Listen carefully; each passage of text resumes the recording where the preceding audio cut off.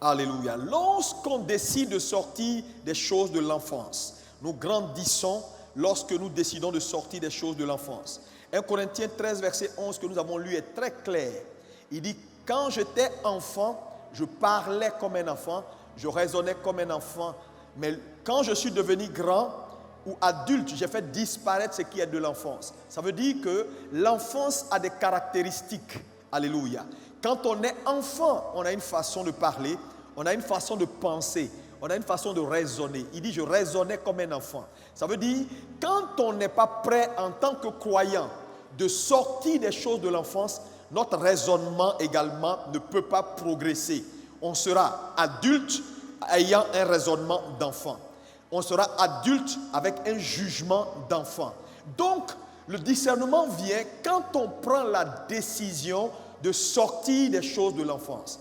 Frères et sœurs, plus que jamais, le temps est venu pour vous de prendre sur vous la responsabilité de sortir des choses de l'enfance. Trop de chrétiens sont encore des enfants.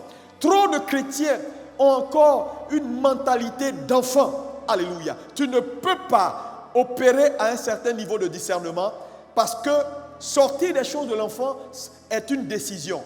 Alléluia. La maturité, ce n'est pas grandir en âge. La maturité, ce n'est pas grandir en âge. La maturité, tu peux grandir en âge et demeurer enfant. Il dit, lorsque je suis devenu adulte, lorsque j'ai grandi, j'ai fait disparaître. Le mot faire disparaître veut dire, j'ai pris une décision. Ce n'est pas systématique.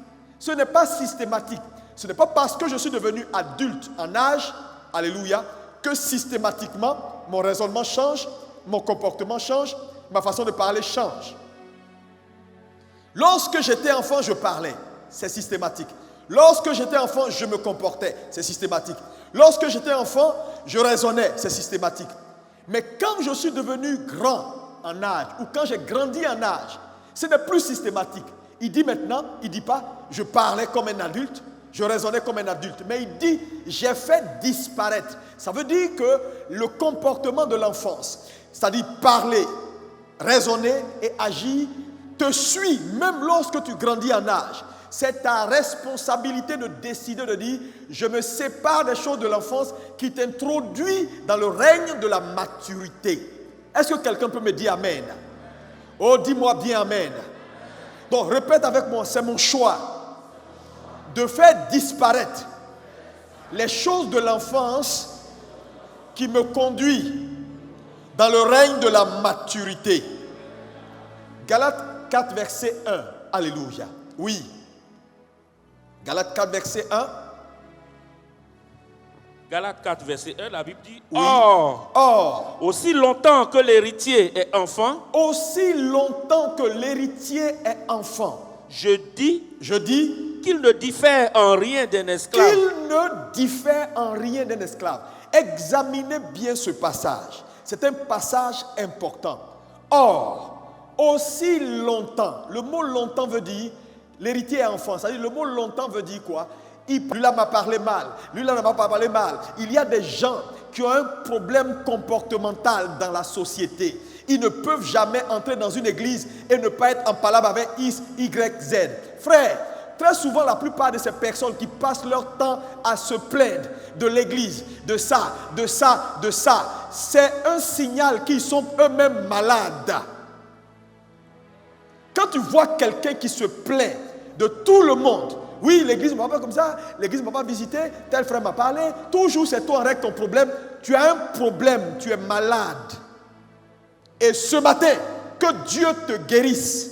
Sinon, tu vas aller droit vers l'enfer sans visa.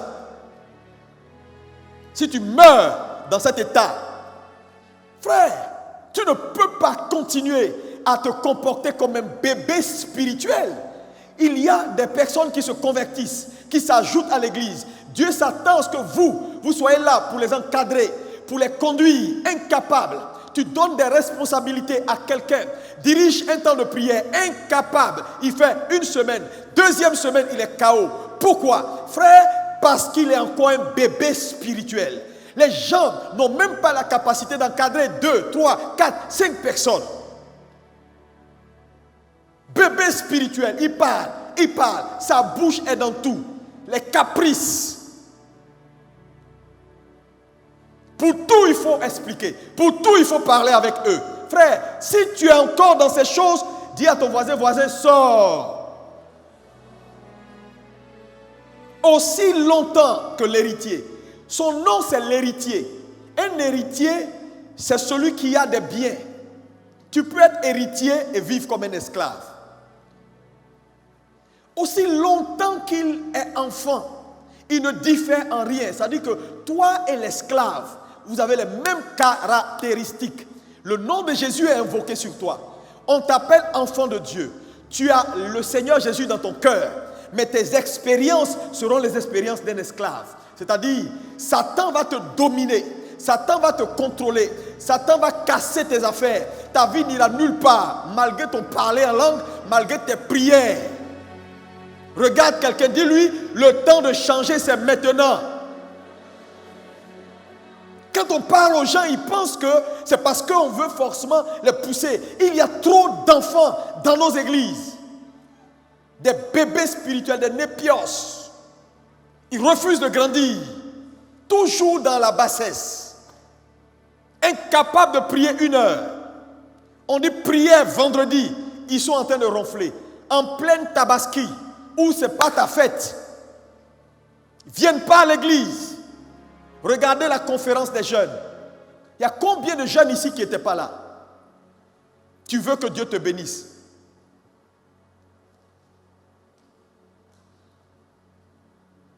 Si vous n'êtes pas prêt à sortir des choses de l'enfance, vous ne grandirez pas dans votre discernement. Parce que les enfants raisonnent d'une certaine façon. Et face à des obstacles, tu n'auras pas le bon raisonnement.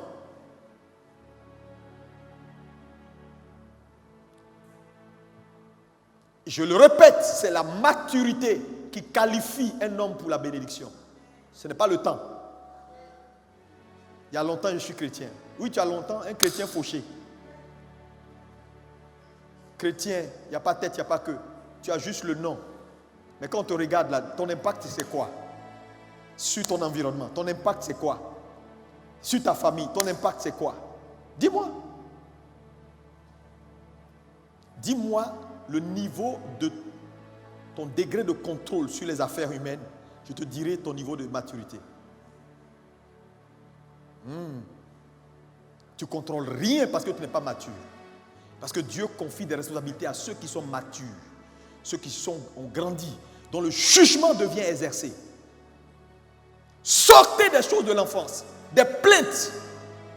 Les enfants ne réfléchissent pas beaucoup. Ils savent courir, ils ne savent pas se cacher. Prenez l'exemple de vos enfants à la maison, vous allez voir. Ils sont égoïstes. Ils ne pensent qu'à eux. Ah, on n'a pas fait ça pour moi. Mais ce que lui, il doit faire, ce n'est pas son problème. Lui, on n'a pas fait pour lui. Lui, l'église n'a pas fait comme ça. L'église n'a pas donné l'argent. On ne l'a pas salué. On l'a fait asseoir ici. On ne l'a pas fait comme ça. On n'a pas fait ça. On n'a pas fait ça. On n'a pas fait ça. On n'a pas fait ça. On est fatigué de tes plaintes. Grandis. Et pose-toi la question. Qu'ai-je fait? Parce que vous savez, un homme tire toujours le meilleur de son environnement ou de l'investissement dans son environnement. Moi, si j'entre dans ma chambre, je dors bien, je suis à l'aise, c'est parce que j'ai mis dans ma chambre tout ce dont il faut pour que je sois à l'aise. N'est-ce pas?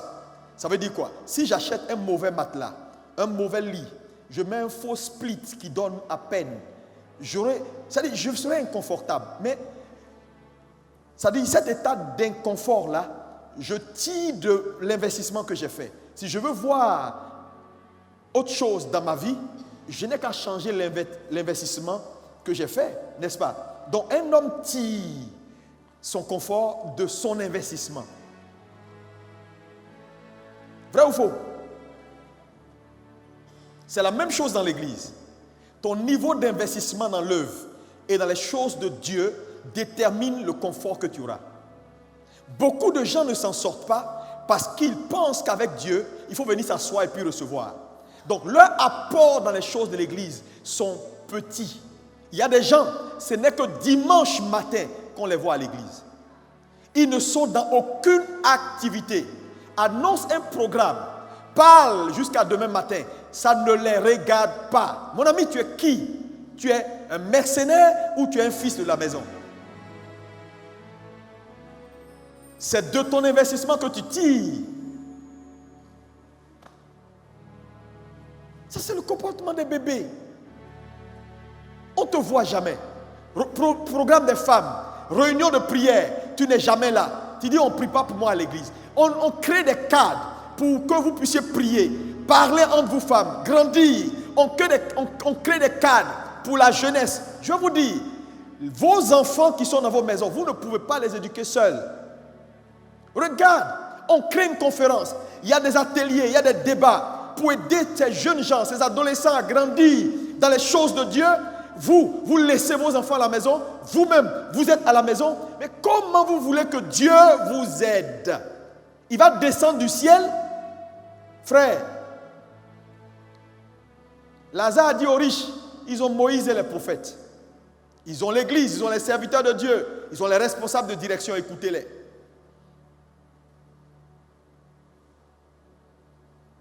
Cette église a un problème. L'église de ces derniers jours. Mais je vous dis, si l'église ne change pas, elle n'entrera pas dans son héritage. Parce que l'héritage est pour les matures, les adultes, spirituels. Toi qui me regardes, c'est à toi également je parle. Grandissez!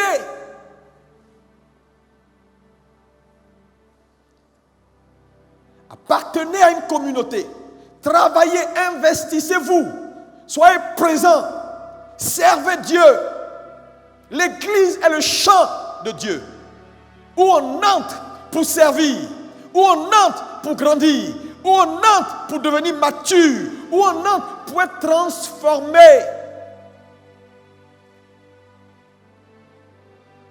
Tu ne grandiras pas dans ton discernement si tu n'es pas prêt à sortir des choses de l'enfance.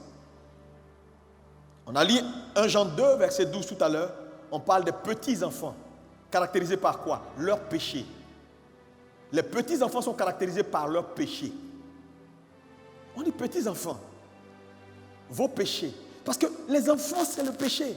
Les enfants, c'est oui, non, oui. C'est le péché qui caractérise les enfants. On parle des jeunes gens qui ont la force, qui ont vaincu le malin. Ça, c'est un autre niveau de maturité. Et on parle des pères qui l'ont connu, qui ont de la connaissance et de l'assise spirituelle. Voilà là où Dieu t'attend. Être un père, ce n'est pas avoir les cheveux gris. La maturité n'a rien à voir avec l'âge. Tu peux être un jeune de 20 ans, 25 ans et être mature. Je te souhaite la maturité au nom de Jésus. Oh, dis-moi Amen. Lorsqu'on parle de ces 3 étapes de la maturité, parlant des enfants, des jeunes gens et des pères, ça n'a rien à voir avec nous sommes la jeunesse de l'église. Non! Parmi les jeunes de l'église, il y a des pères. Et parmi les vieux de l'église, il y a des bébés. Nos églises sont remplies de népios, des enfants, des bébés, des gens qui ne savent pas leur droite de leur gauche. Le temps est arrivé de grandir. Dis avec moi, je dois grandir. Plus fort. Je dois passer du stade de bébé au stade de jeune homme, du stade de jeune homme au stade de vieillard. Les pères, ceux qui l'ont connu. L'as-tu connu? Mais tu ne peux pas le connaître si tu ne fais pas le choix. En fait, le point que je veux que tu retiennes ici, dans cette première partie de mon propos, c'est que c'est un choix volontaire de devenir père. On choisit d'être mature en sortant des choses de l'enfance. Si tu ne décides pas de ne pas avoir un comportement qui n'est pas bon, le comportement va rester. Je me plains trop, il faut que j'arrête. Si tu ne décides pas ça, tu vas continuer à te plaindre. C'est une décision. Et ce matin, je veux engager quelqu'un à prendre la bonne décision. Regarde à ton comportement, à ton caractère. Tu es insupportable. Tu es devenu insupportable. À la maison, c'est toi toujours on va parler pour dire c'est pas comme ça on fait. Moi je suis comme ça. Moi c'est comme ça je parle. Moi c'est comme ça je me comporte. Moi je n'aime pas. Mais laisse un peu ton moi là et puis essaie de revoir. Pourquoi toujours on me dit les mêmes choses?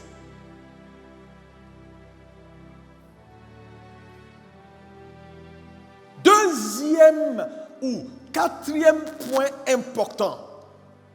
Comment vient le discernement? Donc en point numéro 1, on a dit elle se provoque, elle se recherche. En point numéro 2, on a dit le discernement vient quand on accepte de se soumettre à l'école du Seigneur. Troisième point, quand on décide de sortir des choses de l'enfance. Quatrième chose, le discernement vient quand on sait rester sous autorité. C'est-à-dire quoi? Le discernement vient par le coaching. Dis avec moi, le discernement vient par le coaching. Plus fort que ça. C'est un point essentiel. Le discernement, on grandit dans sa connaissance des choses de Dieu par le coaching.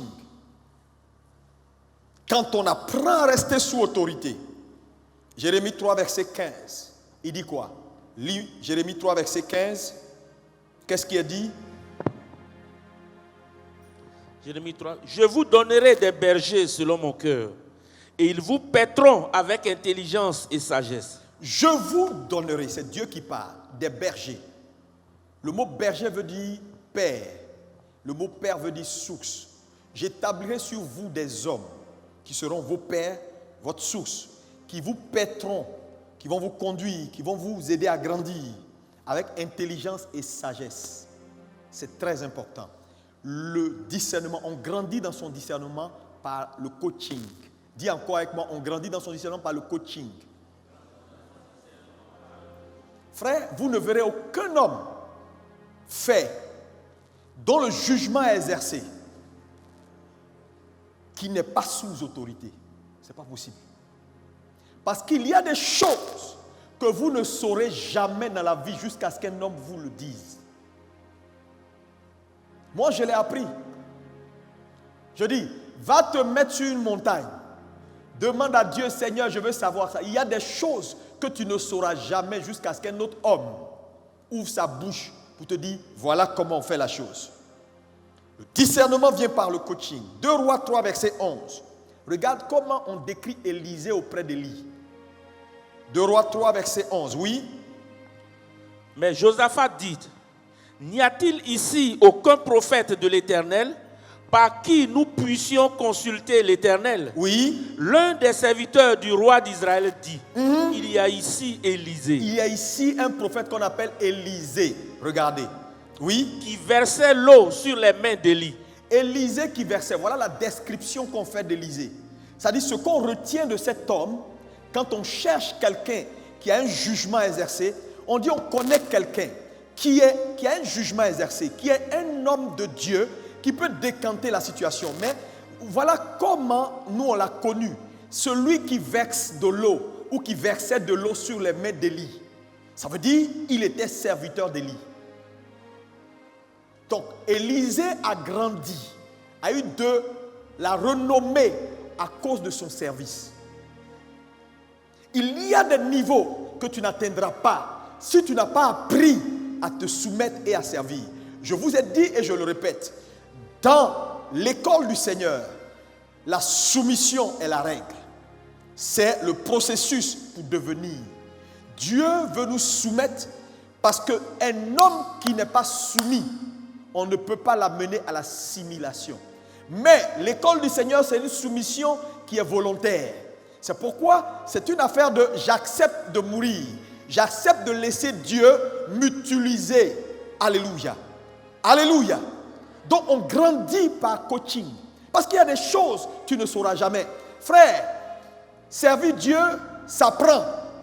On ne naît pas avec la connaissance de servir. Même Jésus, qui est Dieu. La Bible dit à l'âge de 12 ans, il était assis dans le temple discutant avec les docteurs de la loi. Mais il discutait de quoi? Il apprenait, il posait des questions sur la parole, bien qu'il soit Dieu. Quand on parle de Jésus, on parle de sa naissance. On parle de lui jusqu'à l'âge de 12 ans. Mais après, on n'entend plus parler de Jésus, on revient maintenant, il a grandi. Tout ce temps que Dieu a dû avoir, il était Dieu. Dieu aurait pu l'utiliser déjà à l'âge de 12 ans, 11 ans, 13 ans. Il n'a fait aucun miracle. Il n'a eu aucune manifestation spirituelle. Pourquoi? Sa préparation n'était pas finie.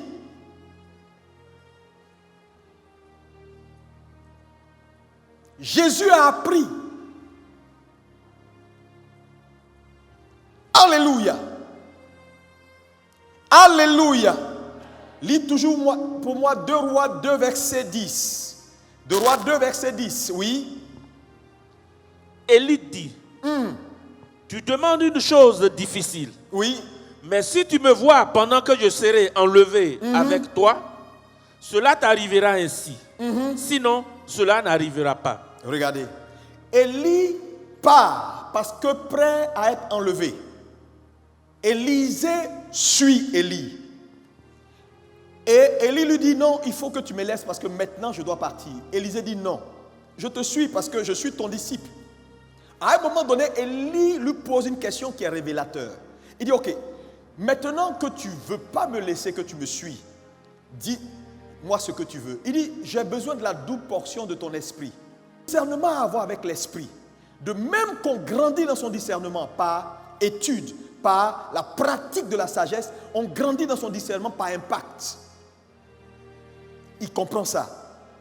C'est pourquoi il suivait son père.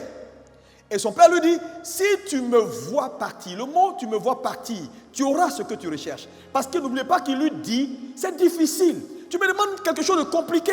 Ce n'est pas moi qui donne l'esprit. Mais je suis oint de Dieu, je suis prophète. Si tu peux respecter ce principe que je suis sur le point d'énoncer, tu auras sûrement ce qu'il te faut. Et c'est ce principe-là que je veux que tu retiennes. Il dit, si tu me vois monter, si tu me vois partir, qu'est-ce que Élie était en train de demander à Élisée? Que les frères et les chrétiens de cette génération ne comprennent pas. Frère, si tu me regardes partir, si tu me vois, une façon de dire à Élisée, tu dois avoir les yeux constamment sur moi. Parce que tu ne peux rien recevoir de moi sans être connecté à moi. Ça, c'est le premier point. Je dis, la connexion est d'abord spirituelle avant d'être physique.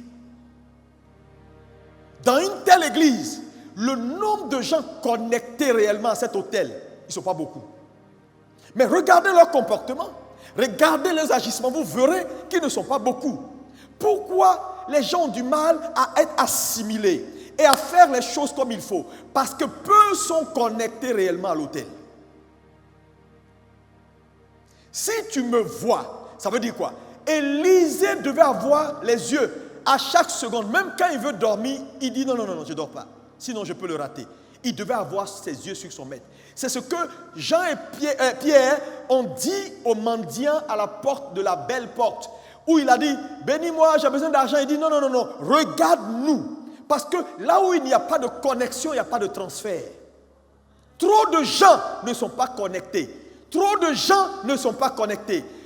Les gens sont à l'église, mais on n'a aucune attache avec l'église, n'ont aucune connexion avec l'église. Comment on se connecte à son église? Quand on est présent, quand on travaille, quand on se rend utile et qu'on laisse Dieu nous utiliser pour être une bénédiction et un moyen pour booster l'œuvre. Si tu me vois partir, donc première chose que cela implique, tu dois rester connecté. Si tu me vois partir, tu dois rester connecté à moi. 2, si tu me vois partir, veut dire quoi? Veut dire simplement que Élie demande à Élisée de participer à son élévation. Si tu participes à ma montée, tu auras ce que tu demandes. Ça veut dire quoi? Frères et sœurs, dans la vie, tu ne peux pas partager la gloire d'un homme si tu ne participes pas à sa montée ou à cette gloire-là. En fait, qu'est-ce que je veux dire? Que Dieu m'aide à avoir la bonne phrase. C'est-à-dire, on participe à la gloire d'un homme lorsqu'on est acteur de cette gloire. Voilà, c'est le bon. Tu ne peux pas participer à ma gloire si tu n'es pas acteur de ma gloire. Acteur, tu ne participes pas à me faire monter. Élie lui dit, si tu me vois monter, si tu participes à me faire monter, si tu fais partie des gens qui m'aident à devenir, tu deviendras. Mais tu ne peux pas devenir si tu n'es pas quelqu'un à devenir. Je vous donne toujours les exemples. Regardez les gens du monde. Regardez un peu les gens du monde. Les chrétiens, oh Dieu d'Abraham, Dieu d'Isaac, cette église de ce siècle est aveuglée.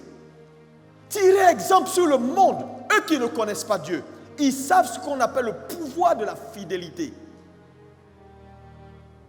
Regardez dernièrement, on nous a nommé notre nouveau premier ministre. Mais c'est un fidèle parmi les fidèles. Frère, il participe à une gloire parce qu'il le mérite. Il y avait des gens plus intelligents. Bon, il y a des gens plus intelligents, plus qualifiés, diplômes que lui, qui sont là. Frère, mais qu'est-ce qui a joué en sa faveur? C'est un dur parmi les durs, fidèle parmi les fidèles. Tu ne peux pas participer à la gloire de quelqu'un s'il n'est pas sûr de ton engagement et de ta loyauté. Vrai ou faux? Mais pourquoi vous êtes comme ça? Les gens ne veulent pas changer. Les gens ne veulent pas s'attacher. Ta vie sera vide. Ta vie va manquer d'évidence. Ta vie va manquer de gloire parce que ton engagement n'est pas sincère, elle n'est pas totale. Qui peut te faire confiance sur cette terre des hommes? Laisse Jésus. Jésus là, il fait confiance à tout le monde. On est tous ses enfants. Mais quand on enlève Jésus dans ta vie là, qui peut te faire confiance et te confier son argent pour gérer sur la terre des hommes là? Qui peut te faire confiance, mettre son doigt pour lui couper, mais lui là doit prendre ma place? Qui? Si tu n'as pas quelqu'un comme ça, commence à t'inquiéter. Hein? Ça veut dire que tu n'es pas un homme sûr. Tout le monde doit pouvoir arriver à un point dans sa marche où il peut s'arrêter pour dire, cet homme, je mets ma main à couper. Cet homme que je vois là me fait confiance parce que je lui ai manifesté. Frère, c'est spirituel. La connexion est d'abord spirituelle. Si tu te connectes, si tu me vois partir, si tu participes à mon élévation, ce que tu recherches là, tu auras ça et plus. Mais en fait, qu'est-ce qu'Élisée cherchait? L'esprit d'Élie. Plus tard, lorsque Élie monte au ciel, non pas dans un char, parce que beaucoup de gens pensent qu'Élie est monté dans le char de feu. Il n'est pas monté dans le char de feu. La Bible dit, lisez bien le récit, le char de feu est venu avec un tourbillon. Élie est monté non pas dans le char de feu, il est monté dans le tourbillon. Ça veut dire quoi? Le char de feu est venu pourquoi? Est venu pour que ce que Élisée a demandé là lui soit donné. Il a envoyé la double portion seulement. Parce que Élie est monté dans un tourbillon, pas dans le char de feu. Mais dès que Élie est monté, quelle a été la déclaration d'Élisée? Mon père, char d'Israël, il a crié pour montrer à Élisée que je suis connecté. Je ne peux même pas te rater. Je t'ai vu. Et la Bible dit, quand il a crié, Élisée, lorsque le manteau, le char a envoyé l'onction et que le manteau l'a saisi, il a jeté le manteau. Élisée prend le manteau, il se retourne, il frappe les eaux. Dès qu'il sort, les gens le voient. Les fils des prophètes à Jéricho lui disent, le gars là a l'esprit d'Élie. Ça veut dire qu'il opère désormais dans la dimension d'Élie. Frère, c'est spirituellement qu'on juge des choses spirituelles. Le discernement vient par impactation, par le coaching. Lis-moi le verset 12 et 15. Vas-y. 2 Rois, 2 versets 12 et 15. Élisée regardait et criait. Oui. Mon père, oui. Char d'Israël et sa cavalerie. Char d'Israël et sa cavalerie, oui. Et il ne le vit plus. Il ne vit plus. Saisissant alors ses vêtements, il les déchira en 2 morceaux et il releva le manteau qu'Élie avait laissé tomber. Puis il retourna et s'arrêta au bord du Jourdain. Il prit le manteau qu'Élie avait laissé tomber et il frappa les eaux et dit: Où est l'Éternel, le Dieu d'Élie? Lui aussi, il frappa les eaux qui se partageaient ça et là, et Élisée passa. Les fils des prophètes qui étaient à Jéricho, vis-à-vis, l'ayant vu, dirent: L'esprit d'Élie repose sur Élisée. L'esprit d'Élie est désormais sur Élisée. Ça veut dire quoi? Il opère dans sa dimension prophétique, dans sa dimension de jugement. Il a grandi. Mais regardez, je n'ai pas le temps d'aller dans ces détails. La Bible dit, dès qu'il saisit le manteau, il déchira ses propres vêtements. C'est une symbolique importante. Frère, je veux vous encourager ce matin. Arrêtez d'être des chrétiens de dimanche. Arrêtez d'être des chrétiens dont la vie n'évolue pas. Parce que vous refusez de grandir et de pratiquer le principe. La Bible marche par principe. La Bible marche par principe. Un jour, je prêchais quelque part et il y a un pasteur qui me regarde. Il ne savait pas que le docteur Otabil était mon père. Et il me dit, il est ghanéen. Il vient dans la salle et me dit: Tu ressembles au docteur Otabil. J'ai souri. Et je lui ai dit: Mais c'est mon père spirituel. Il dit: Quoi? Quand je te voyais parler sur certains points, c'est comme si c'était Otabil qui parlait. Avec des styles différents, mais la même capacité d'analyse et de discernement des choses. Pourquoi? Parce qu'à un moment donné, frère, si tu n'es pas sincèrement connecté à un homme, tu ne peux jamais recevoir. Parce que la connexion est plus spirituelle que naturelle. Et vous allez le voir tout à l'heure.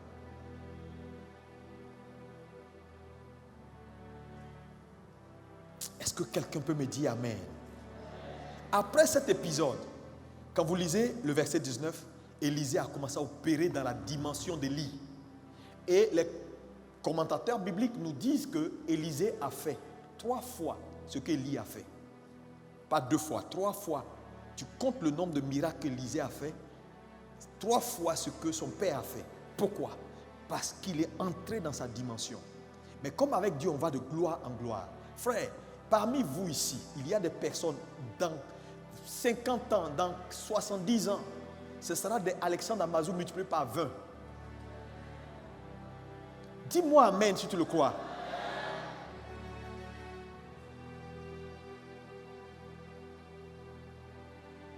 Écoutez la parole de l'Éternel.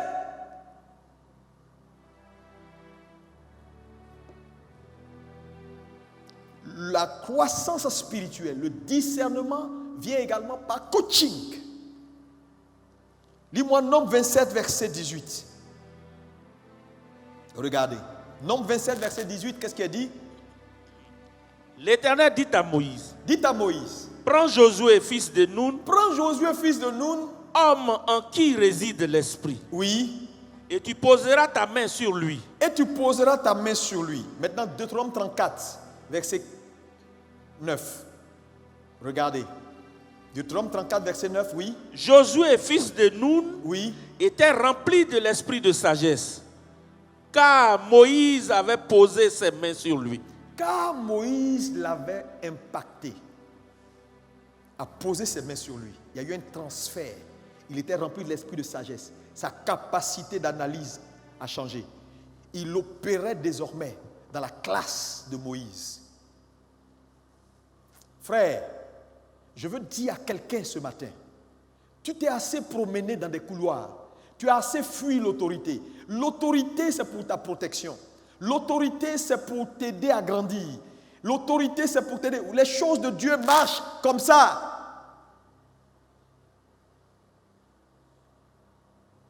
Est-ce que quelqu'un me comprend ce matin? Si tu me comprends, dis-moi 3 fois Amen. Plus fort que ça, s'il vous plaît. Alléluia. Josué était rempli de l'esprit de sagesse parce que Moïse lui avait imposé les mains.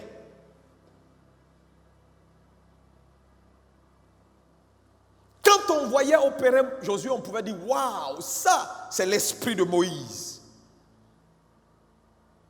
Gloire à Jésus. Lis-moi Nombre 11, versets 16 à 17. Regardez. Il y a une scène ici que je veux porter à ton attention. Oui, vas-y. L'Éternel dit à Moïse, L'Éternel dit à Moïse. assemble auprès de moi Oui, 70 hommes des anciens d'Israël, oui. de ceux que tu connais comme anciens du peuple De ceux que tu connais comme anciens du peuple. et ayant autorité sur lui. Oui, Amène-les à la tente d'assignation et qu'ils s'y présentent avec toi. oui, Je descendrai et là, je te parlerai. oui. Je prendrai de l'esprit qui est sur toi et je le mettrai sur eux, afin qu'ils portent avec toi la charge du peuple. Afin qu'il porte avec toi la charge du peuple. Quel était le problème? Moïse était fatigué. Moïse jugeait le peuple. Moïse donnait de la direction. Parce qu'il avait grandi, son jugement était exercé. Donc, quelles que soient les difficultés de la société, on amenait le cas devant Moïse pour qu'il donne la pensée de Dieu. À un moment donné, son esprit était fort, mais son corps était fatigué. Donc son beau-père lui conseille de choisir des gens qui vont travailler avec lui dans cette tâche de juger le peuple, de donner de la direction et de donner la voie à suivre. Il prend 70 hommes et Dieu lui dit, choisis les gens que tu connais. Mais comment il connaît? Frère, je veux te dire, c'est très très important. Il n'a pas dit choisis les gens n'importe qui, mais il dit que tu connais, des gens qui ont fait leur preuve. Ramène-les, je prendrai de ton esprit. Mais pourquoi Dieu ne donne pas à ces gens-là un esprit indépendamment de celui qui est sur Moïse? Tu ne peux pas, frère, Dieu opère par spécimen. Il choisit des spécimens, il bâtit des spécimens. Et puis il vulgarise l'esprit de ce spécimen-là. Parce que voilà des gens qui vont travailler avec Moïse. Dieu aurait pu dire, bon, apporte-les, je vais les oindre moi-même, je vais déposer l'esprit sur eux pour qu'ils fassent le travail. Non, frère, Dieu dit, je prendrai de l'esprit qui est sur toi. Tu as grandi, tu as atteint un certain niveau. Il y a des choses que tu sais, il y a des façons de faire les choses. C'est pourquoi je dis toujours aux jeunes, à tous ceux qui sont sur les directions, arrêtez de faire les choses comme vous voulez. On ne fait pas, quand on est dans un ensemble cohérent, les choses comme on les voit ou comme on les veut. Il y a un esprit qui contrôle une maison. Il faut faire la chose dans la mouvance de l'esprit de la maison. Dieu travaille comme ça. Et si vous ne comprenez pas ça, vous serez perpétuellement frustré, croyant qu'on veut vous opposer une résistance, croyant qu'on veut vous empêcher de travailler. On ne veut pas vous laisser votre liberté de penser. Non, il y a un temps pour imiter. Et puis il y a un temps, quand on a appris, où on peut maintenant faire les choses de soi-même.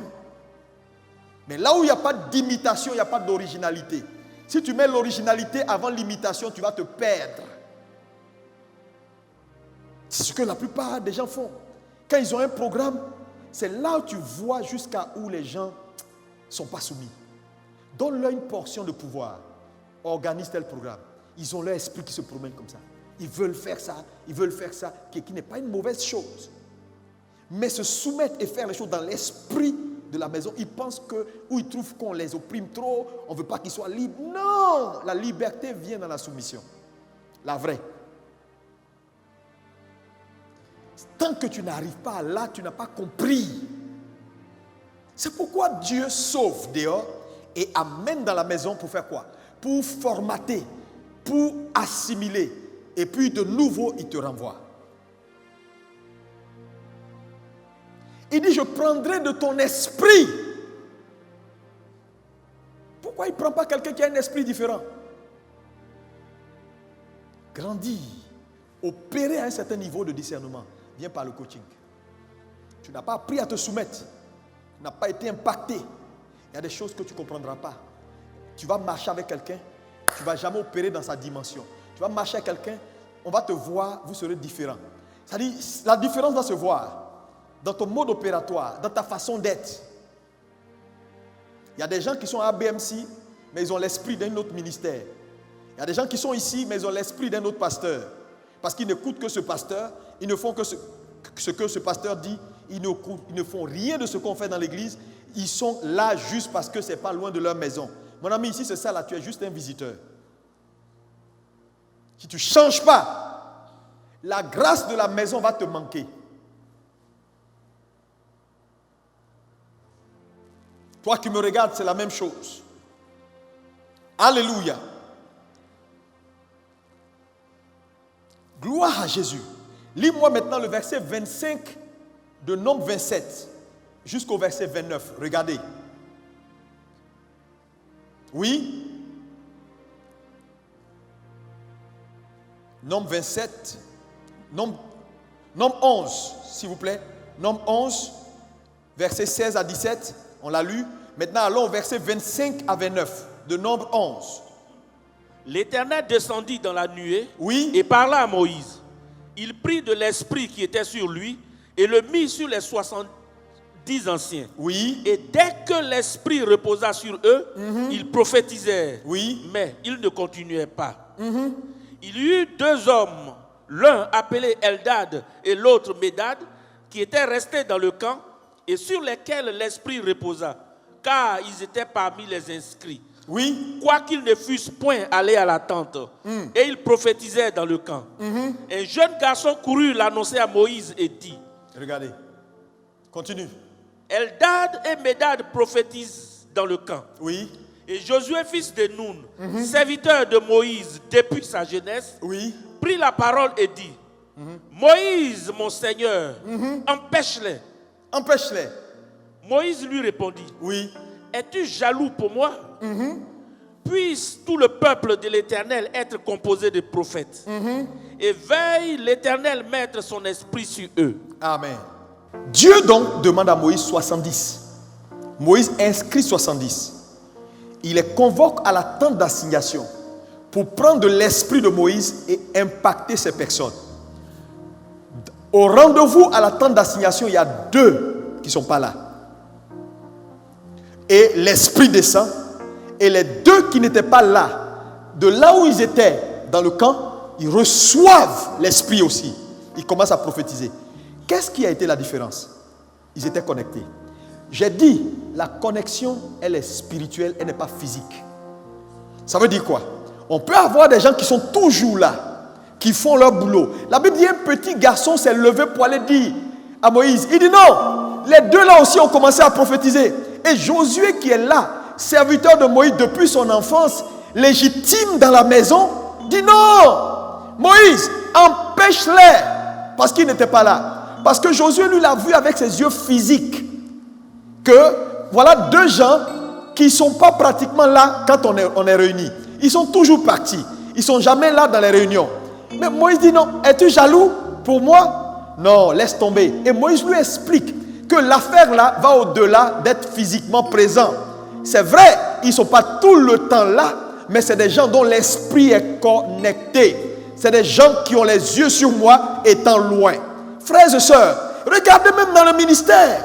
J'ai des fils qui ne sont pas ici avec moi matin, midi, soir. Mais en termes d'assimilation, qui sont plus assimilés dans le travail que nous faisons, dans l'esprit du ministère, que des gens qui sont assis devant moi ici et qui mangent, qui dorment et qui boivent. Je n'ai pas envie de donner de nom. Mais frères et sœurs, qu'est-ce que je veux te dire? Je veux te dire simplement que tu peux être dans la foule. Tu peux ne pas être dans le bureau du pasteur matin, midi, soir. Mais si tu es fidèle, si ton esprit est connecté, si tu te laisses coacher par la parole de Dieu, frère, tu reçois l'esprit de la maison. Ton discernement va basculer à un niveau que tu ne peux pas imaginer. Les gens vont te voir, vont te dire, ah, toi tu n'es jamais auprès du pasteur. Mais quand tu parles, on dirait le pasteur. Tu n'es jamais là, mais quand mais oui, tu leur diras, je suis connecté. Alléluia. Dis avec moi, la connexion est importante. On dit plus fort, la connexion est importante.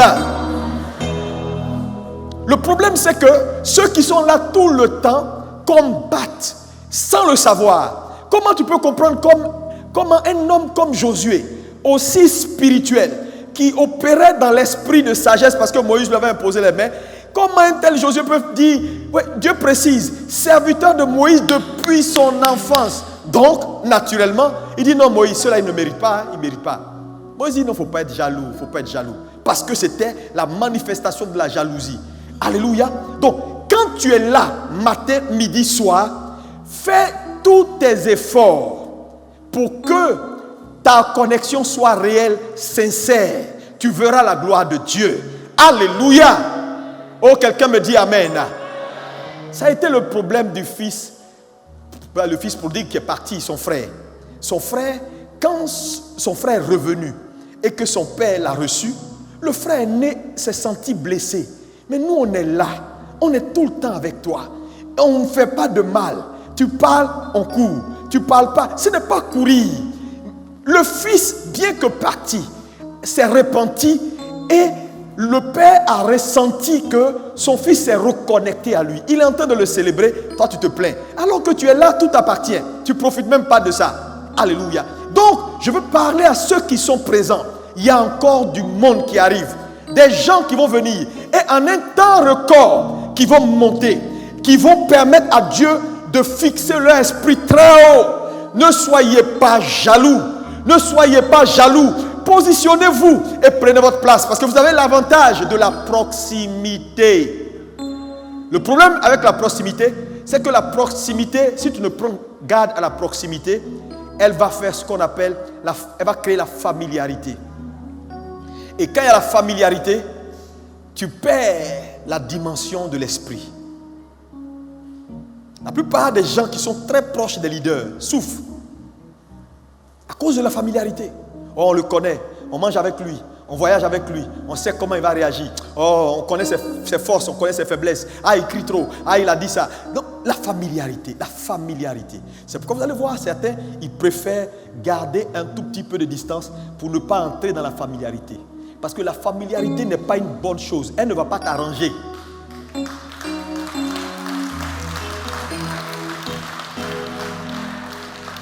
Ne cherche pas à être camarade avec ton pasteur. Cherche d'autres camarades ailleurs. Ce n'est pas ton pasteur qui est ton camarade. C'est ton père. Et un père, ça se respecte. Un père, à nos yeux, il doit rester toujours l'autorité. Quand il parle, on est sûr que sa parole trouve accomplissement dans notre vie. N'arrive pas à un point où ton leader, ta couverture spirituelle, ton immunité là, tu doutes de ça. Non. C'est pourquoi il faut protéger ta foi en gardant une distance. Même quand il cherche à être ton camarade, toi, il faut fuir. Il faut fuir. Il ne faut pas chercher à toujours. Papa, viens, on va manger. Papa, voilà Garba. Papa, assois-toi devant moi. Papa, ça c'est mon papa. Hein? Il est gentil. Il vient me voir. On mange ensemble. On mange Garba. Non! Il va tuer ta foi. Tu dois faire confiance aux autorités que Dieu t'a données. Quand tu penses à eux, ils viennent chez toi, tu sais que Dieu est arrivé. Oui. Mais si tu es trop habitué à lui, même quand il vient, tu es dans la chambre, on dit il est venu. Hein. Tu dis ok, donnez-lui une chaise. J'arrive. Ah, ce gars-là, il me fatigue tout le temps ici. Bon, ok, bonjour pasteur. C'est foutu. La prière est foutue. De l'hypocrisie. En tout cas, moi, tu ne m'attraperas pas dans ça. Hein. Pour m'attraper, c'est difficile même. Parce que les chrétiens aiment la familiarité. Ces deux-là n'étaient pas là. Mais Dieu les a visités. Parce que le principe reste le même. Si tu me vois partir, si tu restes connecté, si tu participes à mon élévation, ils n'étaient pas là physiquement, mais ils étaient au service de Moïse.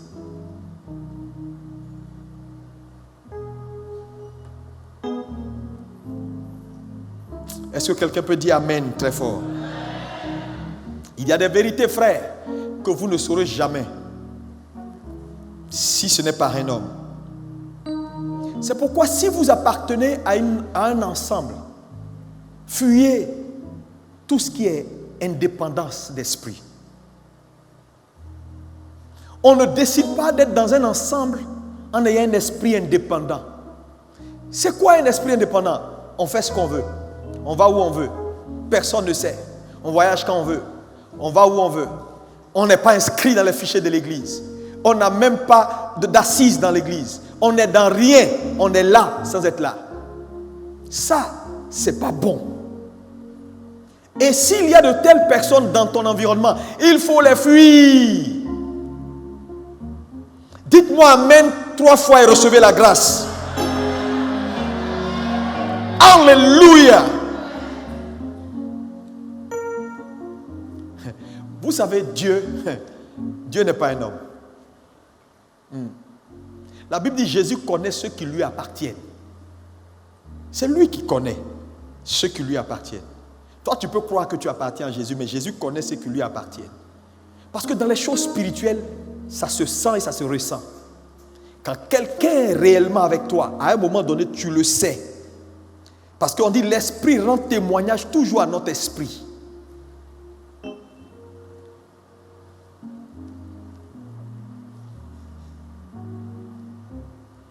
Un esprit indépendant, c'est quoi? Un esprit indépendant est perpétuellement en quête de se soustraire de l'autorité. Les esprits indépendants sont permanemment en quête de se soustraire de l'autorité. Comme si l'autorité était quelque chose de compliqué, difficile. Moi, dans ma vie, je n'ai jamais eu de problème avec l'autorité. Non. Je me suis formaté à ça. Parce que je sais qu'il n'y a rien qui n'est pas sous autorité. Dieu a fait le monde de telle sorte que tout ce qui vit et qui marche doit être connecté. Si vous voyez quelque chose qui marche, ça veut dire c'est connecté. Si vous voyez quelque chose qui marche, qui n'est pas connecté, c'est magie. Dans cette salle, tout ce qui marche est connecté. Tout ce qui ne marche pas n'est pas connecté. Donc pour que la vie d'un homme marche, il faut qu'elle soit connectée. Donc c'est quelque chose qui est resté dans ma pensée et c'est resté là. Je crois dur comme fer. Et je veux vous inculquer cela parce que ma responsabilité, c'est de vous montrer la voie, la bonne voie.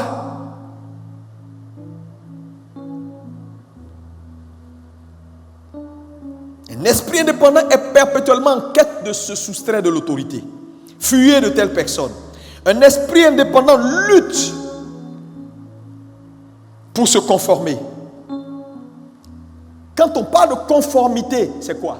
C'est embrasser l'esprit de l'ensemble, couler dans le moule de l'ensemble, faire les choses dans l'ensemble. Et vous allez voir qu'un homme qui a été piqué par le virus de l'indépendance dans son esprit est perpétuellement en train de faire des gaffes. Sans le savoir, il est toujours hors jeu sur certains points.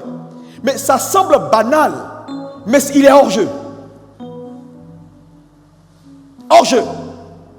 Il va venir, il va faire quelque chose, il va aller prendre dehors ce qui est dedans.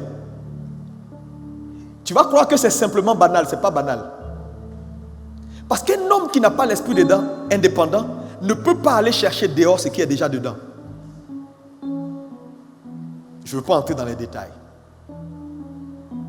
Mais il privilégie toujours la promotion intérieure au détriment d'autres choses. Ça, c'est manquer de conformité. Si son père dit par exemple, faites attention à ça, il se coupe. Il se dit ça, on ne fait pas, ça, on ne fait pas. Mais tu vas voir des gens que c'est ce qu'on leur dit qui n'est pas bon ou ce que la direction donne. C'est là-bas, eux vont. On dit on ne va pas là-bas, eux vont là-bas. Et tu peux le voir sur leur page. Visitez les pages de la plupart des gens à l'église. Leur page Facebook, Twitter, Instagram. Vous allez voir qu'il y a beaucoup de chrétiens. J'ai été surpris de savoir que j'ai vu sur la page de 2 ou 3 frères qui sont en activité sur leur page. C'est-à-dire leur page là, ils viennent de publier hier. J'ai visité la page jusqu'en bas. Je n'ai vu aucune annonce, publicité d'un seul programme de l'église. Mais pourtant, c'est un frère engagé apparemment. Mais les publications qu'il fait chaque jour, je me demande, mais attends, la jeunesse a eu son programme. Il n'a jamais partagé, ni affiche, ni vidéo, tout ce qui se fait dans cette église. Aucune séquence vérité. Les séquences vérité de cette église que les gens utilisent comme leur Bible aujourd'hui, ils se promènent partout, c'est dans leur portable partout là. Les membres de cette église, fouillez leur portable, fouillez leur Instagram, fouillez leur truc. Si même ça les intéresse de prendre une séquence vérité de l'église et puis de partager, de mettre sur leur page, de mettre dans leur téléphone, pour dire cette parole-là m'a touché. Moi-même là, en tant que pasteur, je suis permanemment en train de rechercher les séquences vérité là parce que c'est bien résumé et ça me permet de rafraîchir ma mémoire sur certaines vérités spécifiques. Les gens sont sur autre chose. Ils sont sur X, ils sont sur Y. Parce qu'ils ont trop grandi. Oh, ça c'est l'église. Combien de gens qui s'assoient à la maison pour réécouter les messages de l'église sur Instagram, sur YouTube. Il s'est tombé. Quand il est à la maison sur YouTube, il est en train d'écouter Constance, il est en train d'écouter d'autres pasteurs, il est en train d'écouter X, il est en train d'écouter Y. Quand il a partagé, c'est pour quelqu'un d'autre. On a des chantres dans cette église. Il y a combien qui en font la promotion? Mais allez sur le site. Dena Moana, tel pasteur, tel truc, tel chantre. Et puis demain, ils viennent s'asseoir. Bonjour mon frère, je t'aime de l'amour du Seigneur, on est de la même famille. Tu es un traître et tu es un méchant monsieur. Non, vous êtes méchant. Parce que sur ceux-là, leurs églises, leurs bases, ne les avaient pas tenus et propulsés, ils ne seraient pas aujourd'hui un don pour les nations. Pourquoi vous êtes méchant? Ce qui est dans votre sein, ça ne vous intéresse pas. C'est autre chose. Tu sais, avant d'évangéliser le monde, on commence à Jérusalem. Hein? Ouais, on commence à Jérusalem. Regardez les prouesses que font ce groupe. Même à mercredi célébration, chaque 2 semaines, il y a combien qui regardent? Tu vois, 25 connectés, 30 connectés. Les gens s'en foutent. À la limite, quand ils voient mercredi célébration, ils zappent. Même l'affiche, ça ne les intéresse pas. On va faire quoi avec Samuel? On va faire quoi avec Maestra? Vous êtes méchants, hein? Votre niveau de méchanceté. Je comprends aussi pourquoi Dieu ne bénit pas certains. C'est de la méchanceté.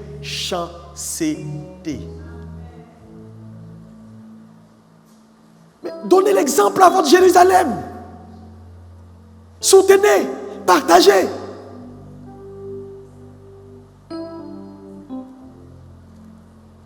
Je parle peut-être dans le vent. Ok. Les esprits indépendants veulent toujours s'affranchir ou refuser d'imiter.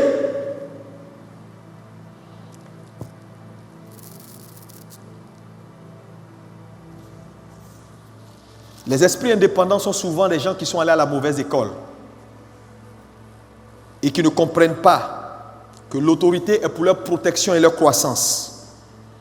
Donc dans la vie, quand tu es allé à la mauvaise école, il faut à un moment donné accepter de te faire formater. Parce que tout le monde peut aller à la mauvaise école. On a été étudiant, on a milité dans des groupes d'étudiants où on était complètement libre de faire ce qu'on veut. Quand on devient et que Dieu nous intègre, les données changent. Dis avec moi, les données changent. Mais si tu veux rester sur ta méthodologie, ta façon d'opérer avant, tu ne peux pas t'intégrer dans un ensemble cohérent. Donc, quand on est allé à la mauvaise école, l'école de la liberté, de la rébellion, l'école de faire les choses comme on veut, il faut accepter à un moment donné de se laisser formater. Parce que grandir vient par le coaching. N'oublie jamais cela.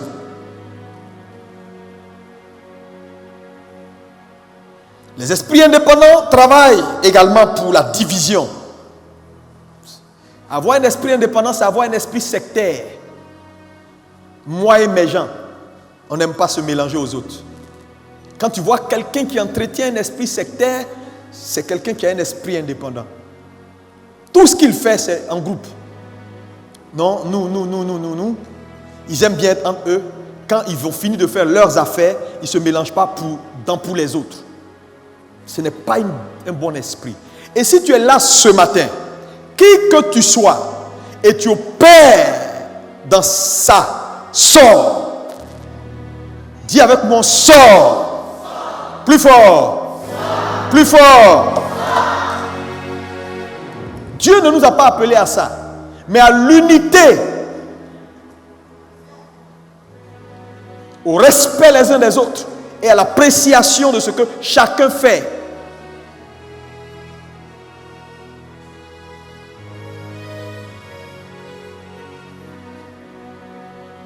Mais la fin de ceux qui opèrent dans ce système, c'est la rébellion et l'exécution. Je vous le dis, c'est pourquoi il faut avoir peur de l'esprit indépendant. Parce que ça te conduit systématiquement à une rébellion. Et à la fin, Dieu t'exécute. Frère, Dieu t'exécute. Il y a des niveaux, il y a des gloires que tu ne peux pas partager si tu n'as pas appris. Parce que Dieu travaille par spécimen. Dieu lève un homme et Dieu fait entrer à sa suite plusieurs. Dont, écoutez-moi, c'est très important, qui vont partager sa gloire et amplifier cette gloire. Ça veut dire, la gloire que Dieu donne à un homme, si tu sais entrer dans son esprit, tu vas grandir, mais tu ne t'arrêteras pas à sa gloire. Parce que les générations qui viennent ont toujours une part plus importante que ceux qui les ont précédés. Mais Dieu, le test de la prochaine étape, l'étape de la gloire plus grande, c'est ta capacité d'assimilation et de soumission, qui te qualifie pour la plus grande gloire. Maintenant, quand toi tu vas atteindre la plus grande gloire, ceux qui vont te suivre également, ta gloire sera leur test. Leur capacité d'écoute, d'assimilation, de connexion va les propulser dans cette même gloire-là. Et donc vous allez voir que cette gloire-là est perpétuée, mais elle va grandissant, grandissant et grandissant.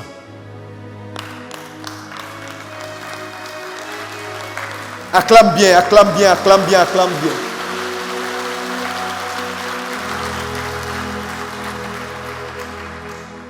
Est-ce que quelqu'un est béni? Lisons un dernier verset, je vais faire une analyse et puis on va terminer ce matin, on va continuer plus tard. Alléluia. 1 Samuel 3, versets 1 à 12. Je vais vous montrer quelque chose. On continuera avec les autres parties. Oui, vas-y, 1 Samuel 3, versets 1 à 12. Le jeune Samuel était au service de l'Éternel devant Élie. Oui. La parole de l'Éternel était rare en ce temps-là. Était rare.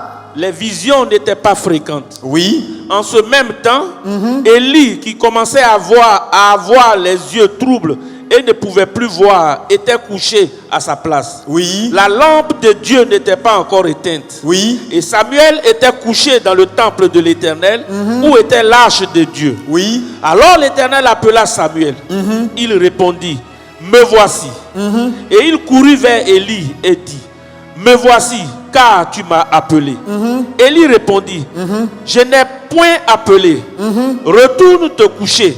Et il alla se coucher. Oui. L'Éternel appela de nouveau Samuel. Et Samuel se leva, alla vers Élie et dit, me voici, car tu m'as appelé. Oui. Élie répondit, je n'ai point appelé mon fils. Retourne te coucher. Oui. Samuel ne connaissait pas encore l'Éternel. Samuel ne connaissait pas encore l'Éternel parce que c'était encore un enfant. Les enfants n'ont pas la connaissance de Dieu. Oui, vas-y. Et la parole de l'Éternel ne lui avait pas encore été révélée. Oui. L'Éternel appela de nouveau Samuel pour la 3e fois. Oui. Et Samuel se leva, alla vers Élie et dit, oui. me voici, car tu m'as appelé. Oui. Élie comprit que c'était l'Éternel qui appelait l'enfant. Et il dit à Samuel. Mais Élie, lui, il a compris parce qu'il était devenu un père. Vous comprenez, non? Oui, vas-y.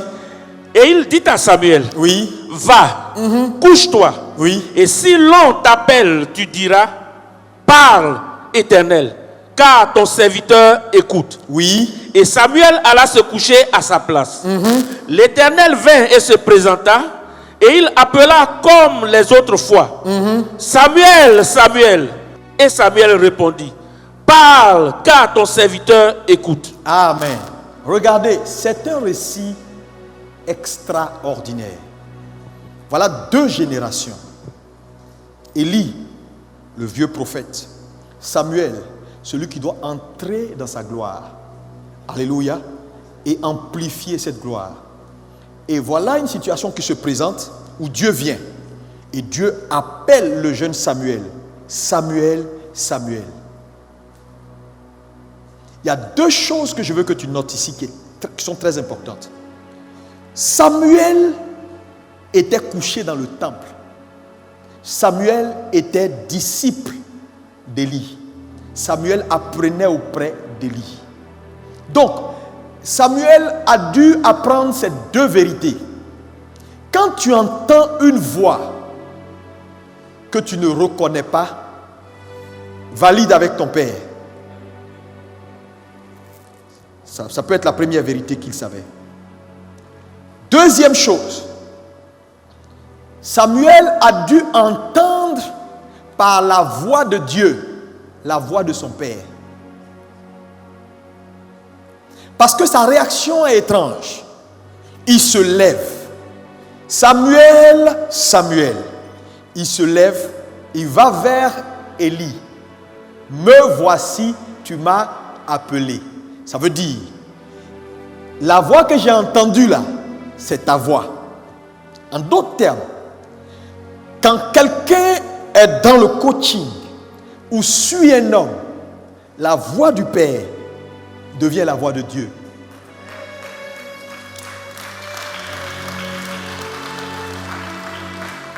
Tu n'entendras pas Dieu autrement, mon ami. Tu n'entendras pas Dieu autrement. À moins que tu sois un enfant bâtard. Sinon Dieu, donc il va. Le monsieur lui dit non. Il reconnaît qu'il n'a pas appelé. Maintenant Samuel aurait pu à la première école savoir que quand tu entends une voix que tu ne reconnais pas, valide avec papa.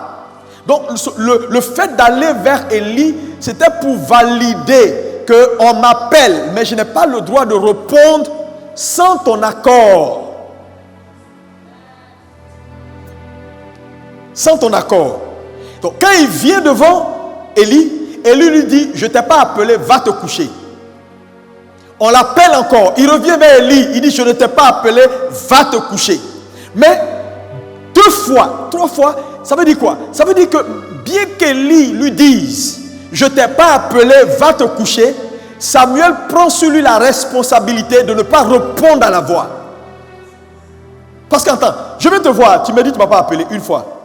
2e fois, il dit tu ne m'as pas appelé. La 3e fois, je ne vais même pas aller vers toi. Je vais dire, oui, c'est qui? C'est pas ce que je vais dire.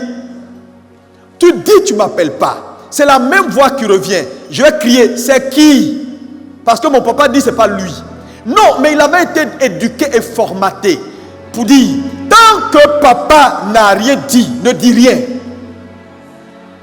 Donc il retournait jusqu'à ce que le père lui parle pour lui dire, écoute, maintenant fils, si tu entends cette voix que tu ne reconnais pas, dis, parle, ton serviteur écoute.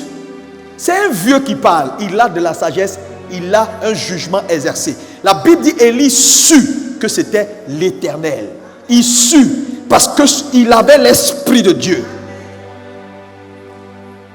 Maintenant, l'enfant va se coucher, la voix revient encore. Dieu ne se lasse pas de l'appeler.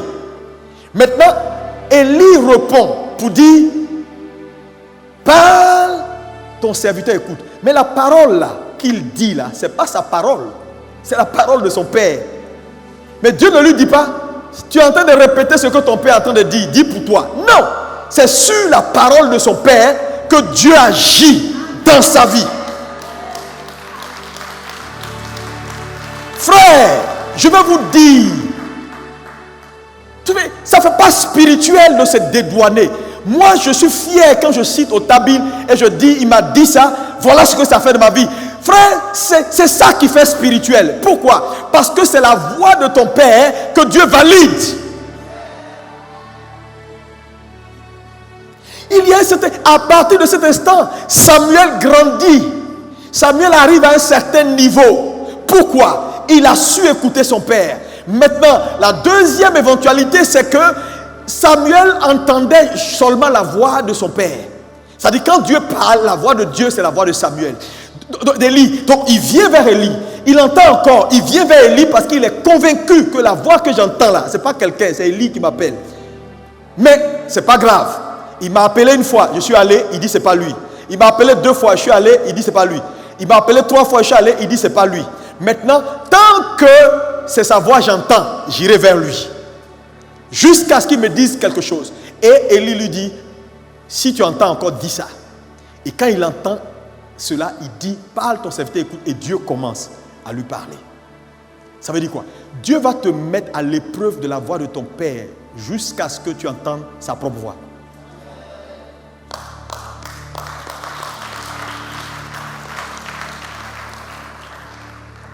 Écoute-moi. C'est pourquoi quand je vois des gens qui ne sont pas soumis à l'autorité et qui disent Dieu m'a dit, je suis convaincu que c'est des menteurs.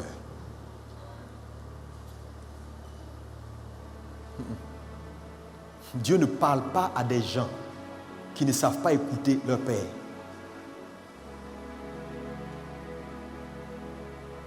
Il n'y a pas un prédicateur qui va te dire le contraire de ce que je suis en train de te dire. C'est qui ne t'aime pas. Non, Dieu parle à tout le monde. Dieu parle à tout le monde. Dieu parle à tout le monde. Frère, tu vas te casser la tête. Tu vas lutter. Jusqu'à ce que tu comprennes. Tu as perdu 50 ans.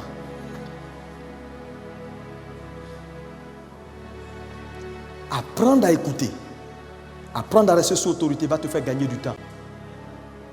Dans ta croissance. Vous qui êtes ici, les enseignements que vous recevez là, c'est de l'or.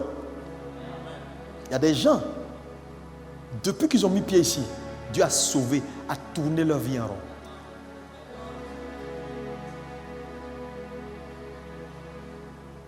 Depuis que moi j'ai rencontré mon père, non, je ne peux pas te dire l'immensité de la grâce.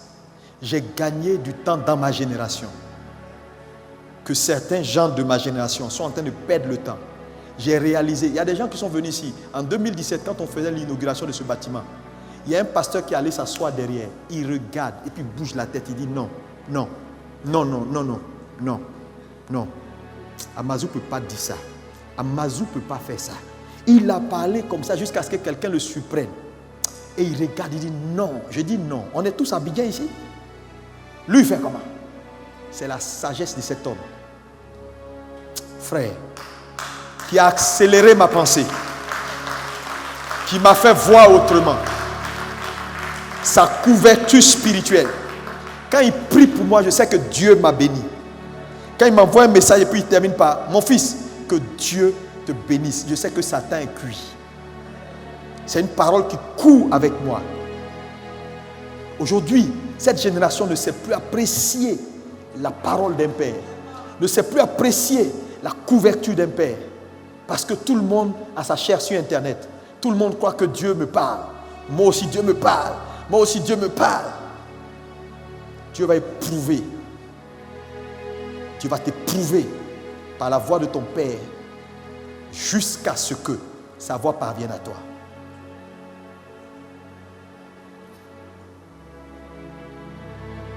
C'est alors que l'Esprit va descendre sur toi. Tu vas monter. Tu vas commencer à réaliser des exploits. Tu vas commencer à faire des choses grandioses. Parce que je vais te dire la vérité que beaucoup de gens ignorent. Dans l'onction d'un père, de quelqu'un que Dieu met sur ta vie, il y a des onctions cachées dans l'onction. Oui. Tu n'es pas obligé d'opérer forcément dans l'onction de l'enseignement, ou bien non. Ta soumission va faire que tu vas taper sur une autre onction cachée derrière, que moi, je n'ai pas pu développer. Et toi, tu vas le développer. Et toi, tu vas l'élargir. Mais sous l'autorité. Mais regardez. Otabil, c'est un enseignant, un gars calme. Mais quand tu prends des gens comme Anon, dans le Ghana, c'est l'un des prophètes les plus respectés. Mais il a tapé cette onction-là où? Dans l'onction de son père. Ça n'a pas empêché d'être ce qu'il est. Et de tous ceux qui opèrent dans des onctions différentes, mais qui sont sous autorité. Parce que les gens ont besoin de grandir. Tu sais, le manque de compréhension est ce qui tue l'église d'aujourd'hui. Vous qui êtes là, vous êtes bénis. Est-ce que tu peux acclamer le Seigneur ce matin?